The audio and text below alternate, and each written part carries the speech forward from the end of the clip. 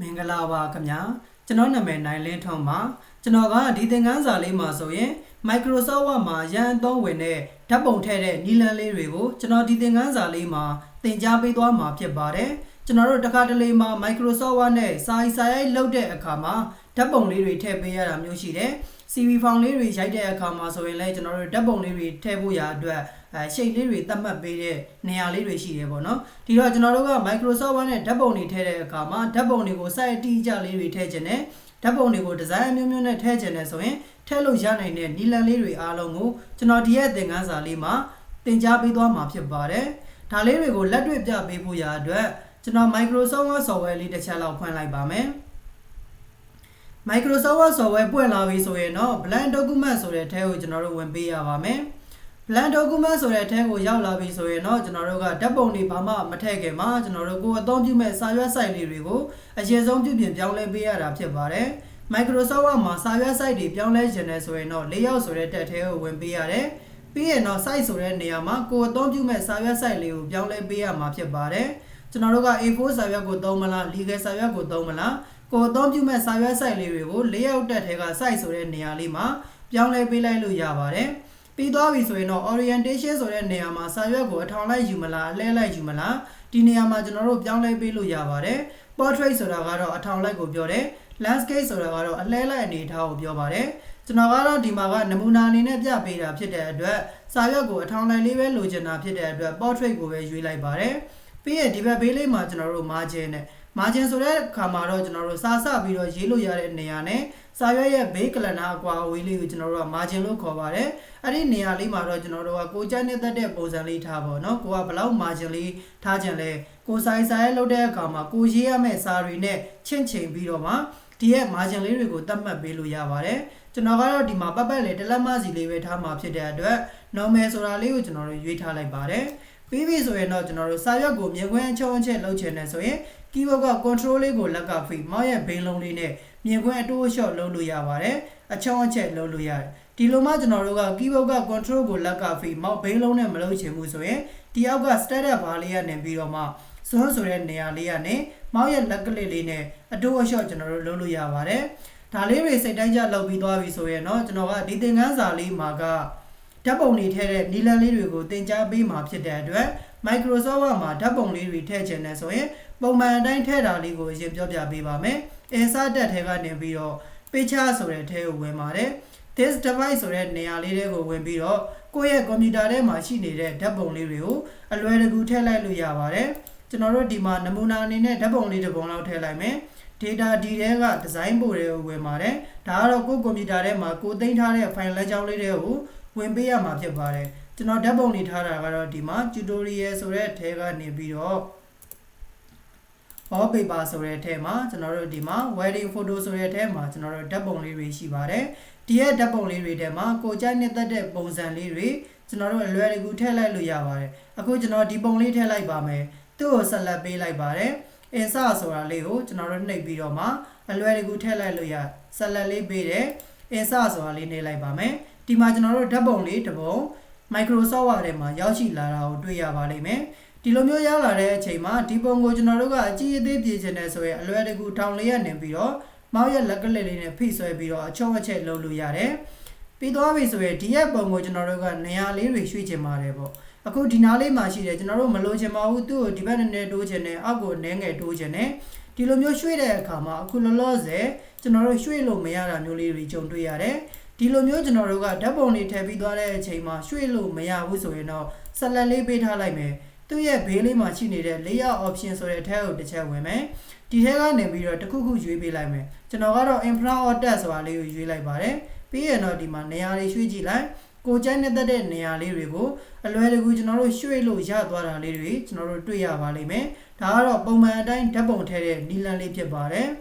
ဓာတ်ပုံလေးတွေထည့်ပြီးသွားပြီဆိုရင်ဒီရဲ့ဓာတ်ပုံလေးတွေရဲ့ကျွန်တော်တို့ design လေးတွေကိုပြင်ကျင်တယ်ဆိုရင်တော့ဆက်လက်လေးပေးထားမယ် picture format ဆိုတဲ့ထဲကိုဝင်ပါတယ်ဝင်ပြီးသွားပြီဆိုရင်တော့ picture style ဆိုတဲ့နေရာမှာဒီဓာတ်ပုံရဲ့ design style လေးတွေကိုကျွန်တော်တို့ကြိုက်နေတဲ့ပုံစံလေးတွေအပြောင်းလဲလုပ်ပြီးတော့မှအသုံးပြုလို့ရပါတယ်ကျွန်တော်တို့ဘယ်လိုပုံစံနဲ့ဒီရဲ့ဓာတ်ပုံလေးတွေကိုအပြောင်းလဲလုပ်ပြီးတော့မှသုံးချင်လဲကိုကြိုက်နေတဲ့ပုံစံလေးတွေ ဒီရဲ့နေရာလေးထဲမှာအလွယ်တကူကျွန်တော်တို့အပြောင်းလဲလုပ်လို့ရပါတယ်ဒါကတော့ကျွန်တော်တို့ picture style ဆိုတဲ့ထဲကနေပြီးတော့ကိုကြိုက်တဲ့ပုံစံလေးတွေအလွယ်တကူအပြောင်းလဲလုပ်ပြီးတော့သုံးလို့ရပါတယ်ကျွန်တော်ဒီပုံစံလေးသဘောကျပါတယ်ဒါလေးကို click တစ်ချက်နှိပ်လိုက်ကိုထားခြင်းတဲ့နေရာလေးမှာအလွယ်တကူရွှေ့ပြီးတော့မှထားလို့ရပါတယ်ဒါကတော့ကျွန်တော်တို့ Microsoft Word မှာပုံမှန်အတိုင်းဓာတ်ပုံတွေထည့်တဲ့နီလန်လေးတွေဖြစ်ပါတယ်တခါတလေမှာကျွန်တော်တို့က Microsoft Word နဲ့ CV file လေးတွေရိုက်တယ်ဆိုရင်ဒါမှမဟုတ် CV file ရိုက်တဲ့အခါမှာဓာတ်ပုံလေးတွေကိုကျွန်တော်တို့က site အတိအကျနဲ့ထည့်ပေးရမယ်ထားပါတော့ကျွန်တော်တို့က2လက်မှပတ်ချလဲရှိတဲ့ဓာတ်ပုံလေးထည့်ပေးရတော့မယ်ဒါမှမဟုတ်ကျွန်တော်တို့1လက်မှပတ်ချလဲရှိတဲ့ဓာတ်ပုံလေးတွေထည့်ပေးရတော့မယ်ဆိုရင်အခုပုံမှန်အတိုင်းထည့်ထားတဲ့ဓာတ်ပုံလေးမှာကျွန်တော်တို့က site ဘယ်လောက်ရှိလဲဆိုတာလေးကိုသွားပြီးတော့ကျွန်တော်တို့ကြည့်ချင်တဲ့အခါမှာ picture format ထဲကနေပြီးတော့ site ဆိုတဲ့နေရာလေးမှာဒီဓာတ်ပုံရဲ့အရွယ်အစားလေးတွေကိုကြည့်လို့ရပါတယ်ဒီတော့ကျွန်တော်တို့ဒီမှာဆိုရင်2လက်မှကြော်3လက်မှကြော်လေးရှိတယ်ပေါ့ဒါကိုသူ့ကိုကျွန်တော်တို့က site လေးပြင်ကြည့်လိုက်ပါမယ်2လက်မှဖြစ်တဲ့အတွက်2လို့ရိုက်တယ်ပြီးရဒီမှာကျွန်တော်တို့က2လို့ပြင်ကြည့်လိုက်မယ်ပေါ့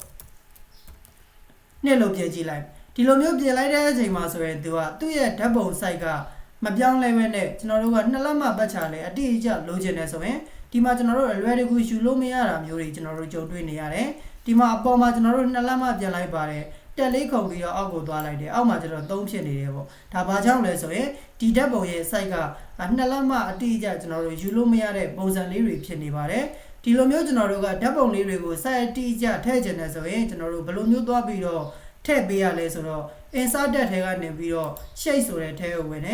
်ဒီထဲကနေပြီးတော့ကိုကဓာတ်ပုံလေးတွေကို site အတိအကျထည့်တဲ့အခါမှာ4000ပုံစံနဲ့ထည့်ချင်တာလားစက်ဝိုင်းပုံစံလေးတွေနဲ့ထည့်ချင်တာလားဒါမှမဟုတ်ကျဲပုံစံလေးတွေထဲမှာထည့်ချင်တာလားကိုကြိုက်နေတဲ့ပုံစံနဲ့ကျွန်တော်တို့အလွယ်တကူထည့်လို့ရတယ်စက်အတိအကျတွေထည့်လို့ရပါတယ်အဲ့တော့ဒီမှာကျွန်တော်တို့က insert ထဲက shape ထဲကိုဝင်နေအရင်ဆုံးအနေနဲ့ကျွန်တော်4000ခွက် shape လေးထဲမှာထည့်ပြပေးပါမယ်ဒါကြောင့်4000ခွက် shape လေးယူလိုက်တယ်ဆွဲလိုက်ပါမယ်ဒီရဲ့4000ခွက်ကကျွန်တော်တို့လက်ရှိဆွဲလိုက်တာကမောက်နဲ့မှန်းပြီးတော့မှဆွဲလိုက်တဲ့အတွက် site ဘယ်လောက်ရှိလဲဆိုတာလေးကိုကျွန်တော်တို့အတိအကျဆွဲလို့မရဘူးသူ့ကိုပြင်ချင်တယ်ဆိုရင် select လေးပေးထား shape format ဆိုတဲ့ထဲကိုဝင်လိုက်ဒီမှာကျွန်တော်တို့သွားပြီးတော့မှပြင်လို့ရပါတယ်2လက်မှပတ်ချလဲရှိတဲ့ဓာတ်ပုံ site လေးထည့်ချင်တာဖြစ်တဲ့အတွက်2လက်မှရှိနေတဲ့4000ခွက်လေးတစ်ခွက်အရင်ဆုံးထည့်ပေးလိုက်ပါတယ်ဒါဆိုဒီမှာ2လက်မှပတ်ချလဲရှိတဲ့4000ခွက်လေးတစ်ခွက်ရောက်ရှိလာတာကိုတွေ့ရပါလိမ့်မယ်ဒီလိုမျိုးလေးရလာပြီဆိုရင်တော့ဒီရဲ့4000ခွက်လေးထဲမှာကျွန်တော်တို့ကဓာတ်ပုံလေးတွေထည့်ချင်တာဖြစ်တဲ့အတွက်သူ့ရဲ့ပုံမှာကျွန်တော်တို့ right click လေးနှိပ်ပေးရပါမယ်ပြီးရင်တော့ကျွန်တော်တို့ format shape ဆိုတဲ့ထဲကိုဝင်ပေးရမယ်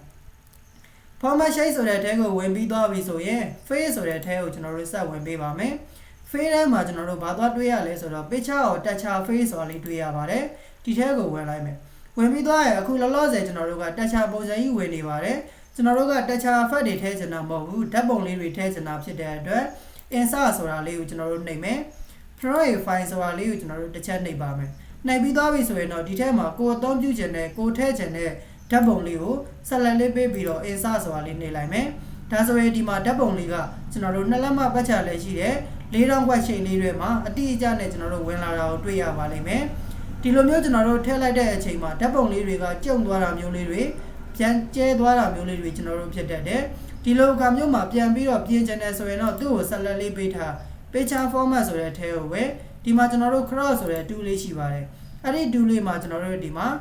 သူ့ရဲ့ဓာတ်ပုံလေးတွေကိုအနေအထားတွေပြန်ပြီးတော့မှချိန်လို့ရတယ်site ရွေးအစားတွေကျွန်တော်တို့ကိုလိုအပ်တယ်လို့အချောင်းအချက်လုပ်ပြီးတော့ကိုဆွဲထားတဲ့4000ခွက်ရှိတ်ထဲမှာ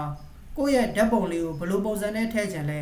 အတိုးအလျှော့အချောင်းအချက်အကုန်လုံးကျွန်တော်တို့ပြုလုပ်ပြီးတော့မှထည့်လို့ရပါတယ်ကျွန်တော်ကဒီပုံစံလေးပဲထည့်ပါမယ်ဒီပုံစံလေး crop လေးနဲ့သတ်မှတ်ပြီးသွားပြီဆိုရင်တော့အပြင်မှာ click တစ်ချက်နှိပ်လိုက်ဒါဆိုရင်တော့ကျွန်တော်တို့ရရှိသွားပြီဖြစ်ပါတယ်ဒါကတော့4000ခွက်ရှိတ်လေးတွေဆွဲပြီးတော့ဓာတ်ပုံတွေကို site အတိအကျနဲ့ထည့်လို့ရနိုင်တဲ့နည်းလမ်းလေးဖြစ်ပါတယ်ကျွန်တော်နောက်ထပ်မတူညီတဲ့စက်ဝိုင်းလေးတစ်ဝိုင်းဆွဲပြီးတော့ထည့်ပြပေးပါမယ် insert ထဲကရှိတ်ထဲကိုဝင်နေ